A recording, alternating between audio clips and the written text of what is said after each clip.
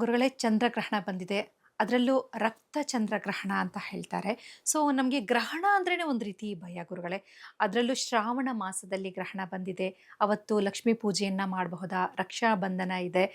So ಒಂದಷ್ಟು ವಿಚಾರಗಳು. ಅದರಲ್ಲೂ ಮುಖ್ಯವಾಗಿ ರಾಶಿಗಳ ವಿಚಾರಕ್ಕೆ ಬಂದಾಗ ನನಗೆ ಈ ಗ್ರಹಣ ಒಳ್ಳೆಯದಾ? ಕೆಡುತ್ತಾ? ಈ ರೀತಿ ಒಂದಷ್ಟು ಕ್ವೆಷನ್ಸ್ ಪ್ರಶ್ನೆಗಳು ನಮ್ಮ ಮುಂದೆ ಇದೆ ಗುರುಗಳೇ. ಏನು ಹೇಳ್ತೀರಿ ಗ್ರಹಣದ ಬಗ್ಗೆ ತಾವು? ನೋಡಿ, ಖಗೋಳಶಾಸ್ತ್ರದಲ್ಲಿ ಒಂದು ಸಹಜವಾಗಿ ನಡೆಯುವಂತಹ ಒಂದು ಕ್ರಿಯೆ.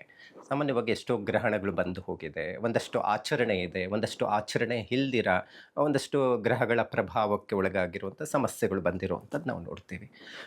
ಈ ತಿಂಗಳಲ್ಲಿ 2 ಗ್ರಹಣಗಳು ಆಗಿರುವಂಥದ್ದು. ಒಂದು ನಾವು ಹಿಂದೆ ಸೂರ್ಯಗ್ರಹಣ ನೋಡಿದ್ವಿ, ನಂತರ ಈಗ ಚಂದ್ರಗ್ರಹಣ, ರಾಹುಗ್ರಸ್ತ ಚಂದ್ರಗ್ರಹಣ, ಅದನ್ನು ರಕ್ತ ಚಂದ್ರಗ್ರಹಣ ಅಂತಲೂ ಹೇಳ್ತೀವಿ. ಸೊ ಮೊದಲಿಗೆ ಈ ಗ್ರಹಣ ನಮ್ಮ ಭಾರತಕ್ಕೆ ಆಚರಣೆ ಇದೆಯಾ? ಸೊ ಆಚರಣೆ ಇದ್ದರೆ ಏನು ಮಾಡಬೇಕು, ಆಚರಣೆ ಇಲ್ಲ ಅಂದರೆ ಹೇಗೆ ನಾವು ಆ ಆಚರಣೆ ಮಾಡುವಂಥದ್ದೇನಾದರೂ ಪದ್ಧತಿ ಆಚರಣೆ ಮಾಡಬೇಕಾ ಅನ್ನುವಂಥದ್ದು ಒಂದಷ್ಟು ಗೊಂದಲ ಇರುತ್ತೆ. ಅದರಲ್ಲಿ ನೀವು ಹೇಳ್ದಂಗೆ ಈಗಾಗಲೇ ರಕ್ಷಾಬಂಧನ ಮತ್ತು ಅದರ ಜೊತೆಗೆ ಈ ವರಮಹಾಲಕ್ಷ್ಮಿ ಹಬ್ಬವನ್ನು ಕೆಲವು ಮೈಲಿಗೆ ಇರುತ್ತೆ, ಅಥವಾ ಪ್ಲ್ಯಾನ್ ಮಾಡ್ಕೊಂಡಿರ್ತಾರೆ ನೆಕ್ಸ್ಟ್ 28ಕ್ಕೆ ಮಾಡೋಣ ಅನ್ನುವಂಥದ್ದು ಇರುತ್ತೆ. ಸೊ ಎಲ್ಲರಿಗೂ ಗ್ರಹಣ ಬೇರೆ ಬಂದಿದೆ, ಏನಪ್ಪ ಮಾಡೋದು, ಶುಭನಾ ಅಶುಭನಾ ಅನ್ನುವಂಥದ್ದು ಒಂದಷ್ಟು ಗೊಂದಲ ಇದೆ. ಆದರೆ ಮೊದಲಿಗೆ ನಾವು ತಿಳ್ಕೊಳ್ಬೇಕಾಗಿರೋ ವಿಚಾರ ಅಂತ ಹೇಳಿದ್ರೆ, ಗ್ರಹಣ ಗೋಚಾರದಲ್ಲಿ ಇಲ್ಲ, ಗ್ರಹಣ ಆಚರಣೆಯೂ ಇಲ್ಲ, ಆದರೆ ಗ್ರಹಣದ ನಡೀತಾ ಇದೆ ನಮ್ಮ ಇದರಲ್ಲಿ ನವಮಂಡಲದಲ್ಲಿ. ಹಾಗಾಗಿ ಗ್ರಹಣ ನಡೀತಾ ಇದೆ ಅಂತ ಹೇಳಿದ್ರೆ ಅದರ ಸೂತಕದ ಛಾಯೆ ಇರುವುದಿಲ್ಲ ಅನ್ನುವಂಥದ್ದನ್ನು ಇಲ್ಲಿ ತಿಳ್ಕೊಳ್ಳೋದಕ್ಕಿರುತ್ತೆ. ಯಾವಾಗ ಭಾರತದ ಮೇಲೆ ಅದರ ಛಾಯೆ ಇತ್ತು ಅಂದರೆ ಅದು ಸೂತಕದ ಪ್ರಭಾವ ಅಂತ ಹೇಳ್ತೀವಿ.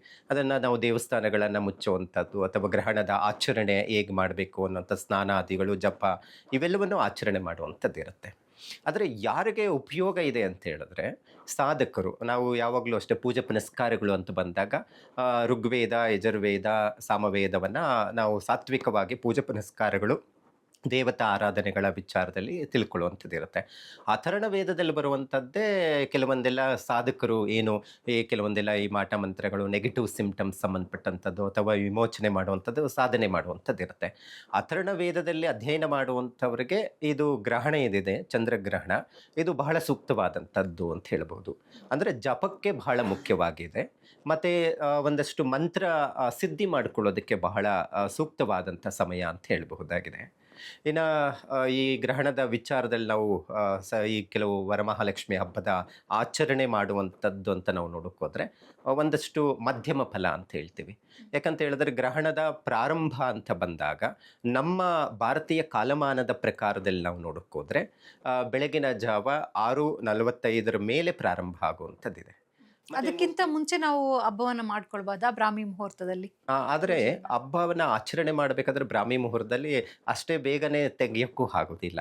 ನಾವು ಬ್ರಾಹ್ಮಿ ಮುಹೂರ್ತದಲ್ಲಿ ಹಿಡ್ತೀವಿ 4:45ರಿಂದ 6 ಗಂಟೆ ಒಳಗಡೆ ನಾವು ಪೂಜೆ ಮುಗಿಸ್ಬಿಡ್ತೀವಿ ಅಂತ ಹೇಳಿದ್ರೇನು, ನಂತರ ಅದು ಸೂತಕ ಆಗುವಂಥದ್ದು ಇರುತ್ತೆ, ಒಂದಷ್ಟು ಪ್ರಭಾವ ನೆಗೆಟಿವ್ ಆಗಿ ಇರುತ್ತೆ. ಸೊ ಹಾಗಾಗಿ ಗ್ರಹಣ ಗೋಚಾರ ಇಲ್ಲ ಅಂದ್ರೇನು ಅಲ್ಲಿ ಗ್ರಹಣ ಸಂಭವಿಸ್ತಾ ಇದೆ. ಹಾಗಾಗಿ ಏನಾದರೂ ಗ್ರಹಣ ಮುಗಿದ ಮೇಲೆ ಬೇಕಾದರೆ ಸಂಜೆಗೆ ಈ ವರಮಹಾಲಕ್ಷ್ಮಿ ಹಬ್ಬವನ್ನು ಮಾಡಲಿಕ್ಕಾಗುತ್ತೆ ಅಂತ ಹೇಳಿದ್ರೆ ಮಾಡಬಹುದು. ಯಾಕಂತ ಹೇಳಿದ್ರೆ ನಮಗೆ 6:53 ಪ್ರಾರಂಭ ಆದರೆ ಮಧ್ಯಾಹ್ನ 1:15ವರೆಗೂ ಸಹ ಇರುತ್ತೆ. ಆನಂತರ ಮನೆ ಒಂದಷ್ಟು ಸ್ವಚ್ಛಗೊಳಿಸ್ಕೊಂಡು ಸೊ ಮಧ್ಯಾಹ್ನದ ಮೇಲೆ ಎಲ್ಲ ಇಟ್ಟು ಸಿದ್ಧತೆ ಮಾಡಿಕೊಂಡು ಗೋಧೂಳಿ ಸಮಯ ಅಂತ ಮಾಡಬಹುದು. ನಾವೇನಾದರೂ ಪೂಜೆ ಪುನಸ್ಕಾರಗಳು ಅಂತ ಬಂದಾಗ 3 ಸಮಯ ಬಹಳ ಸೂಕ್ತವಾದಂಥದ್ದು ಅಂತ ಹೇಳ್ತೀವಿ. ಒಂದು ಬ್ರಾಹ್ಮಿ ಮುಹೂರ್ತ, ಅಭಿಜಿತ್ ಮುಹೂರ್ತ ಅಂತ ಬರುತ್ತೆ, ಮತ್ತು ಅದರ ಜೊತೆ ಗೋಧುಳಿ ಸಮಯ ಅಂತ ಹೇಳ್ತೀವಿ. ಹಾಗಾಗಿ ಸಾತ್ವಿಕವಾದಂತಹ ಸಮಯ ಅಂತ ಹೇಳಿದ್ರೆ ಬ್ರಾಹ್ಮಿ ಮುಹೂರ್ತ, ಗೋಧುಳಿ ಸಮಯ. ಹಾಗೆ ಗೋಧುಳಿ ಸಮಯದಲ್ಲಿ ಈ ಸತ್ಯನಾರಾಯಣ ಪೂಜೆಗಳಾಗ್ಬೋದು, ಅಥವಾ ಇನ್ನು ಯಾಕಂದರೆ ನಮಗೆ ಸತ್ಯನಾರಾಯಣ ಪೂಜೆ ಅಂತ ಹೇಳಿದ್ರೆ ಪೌರ್ಣಮಿ ದೀಪ ಎಲ್ಲ ಕೆಲವು ಮನೆಗಳಲ್ಲಿ ಆಚರಣೆ ಪದ್ಧತಿ ಇರುತ್ತೆ, ಒಂದಷ್ಟು ದೇವಸ್ಥಾನಗಳಲ್ಲಿನೂ ಆಚರಣೆ ಮಾಡುವಂಥದ್ದು ಇರುತ್ತೆ. ಹಾಗಾಗಿ ಸಂಜೆ ಯಾರೆಲ್ಲ ಸತ್ಯನಾರಾಯಣ ಪೂಜೆ ಆಗ್ಬೋದು, ಅಥವಾ ಈ ಲಕ್ಷ್ಮಿ ಆರಾಧನೆ ಪೂಜೆ ಏನು ಇಟ್ಕೋಬೇಕು ಅನ್ನುವಂಥವ್ರು ಇದ್ದಾರೋ ಅದನ್ನು ಆಚರಣೆ ಮಾಡಬಹುದು. ಆದರೆ ಈ ರಕ್ಷಾ ಬಂಧನ ಏನು ಬರುತ್ತೆ ಈ ಹಬ್ಬದ ವಿಚಾರದಲ್ಲಿ, ಇದಕ್ಕೆ ಯಾವುದೇ ರೀತಿಯಾದಂಥ ಸೂತಕ ಇಲ್ಲ.